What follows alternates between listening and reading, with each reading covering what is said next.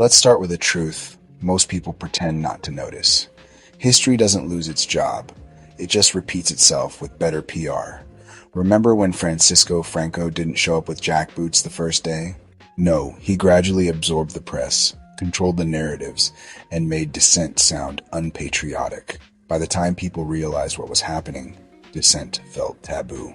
That's how authoritarianism grows like a weed in a perfectly manicured lawn. Now look at real-world examples you can't scroll past: ongoing wars and global instability. The world isn't in peace mode.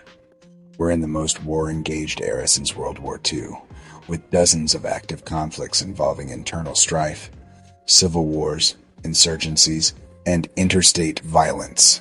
There are roughly 59 plus active conflicts across Africa, the Middle East, Asia, and beyond right now. Wars and flashpoints include Russia versus Ukraine, Europe's largest war since World War II, with massive human costs. Sudan's brutal civil war, millions displaced, famine rising, and tens of thousands dead.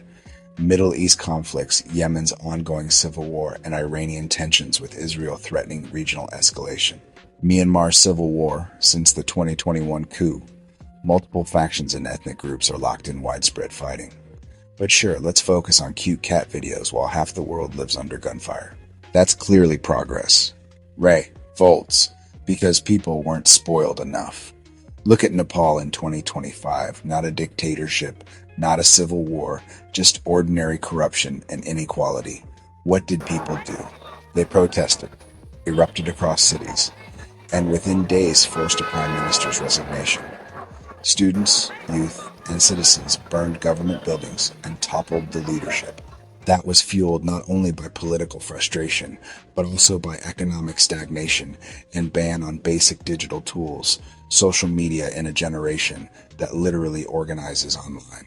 Yes, people protested because they had nothing left to lose, not because they needed a video or a hashtag. The government didn't ban TikTok because they cared about babies. They did it because they wanted to control the narrative. When people stopped caring about that control, the whole thing collapsed. Iran economic collapse plus protests equals regime pressure.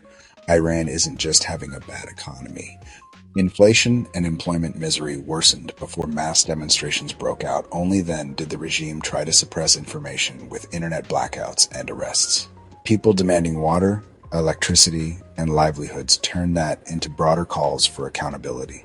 Funny how when people complain about real-life conditions, not some meme, governments suddenly get very serious about telling you what to think. Unemployment. Then the pitchforks come out. Every major upheaval you want to ignore has an economic root. When unemployment soars above 20-25%, societies get unstable. Europe in the 1930s didn't have TikTok, but they had zero jobs and rising fear, and a certain demagogue found that very convenient. Modern parallels in Nepal, Haiti, Sri Lanka, Bangladesh, and across the Arab Spring show the same thing. Economies stagnate, inflation and joblessness rise, people stop trusting polite press. Streets fill with demand, not entertainment. But sure, keep scrolling. Reality checks are so rude. This isn't fear-mongering, it's pattern recognition. Wars, rage, people revolt when they're ignored. Institutions tighten narratives when they feel threatened. Economies stagnate while cultural distractions get all the attention. Here's the sardonic part: you're furious at people who don't wake up. But the people running this show don't need your outrage, they need your silence. Because when people are silent, the walls don't bang loudly, they slip into place quietly. They don't ban speech with one executive order. They reshape what people consider normal discourse until you're too exhausted to question authority. History doesn't wait for applause. It happens whether you watch or act.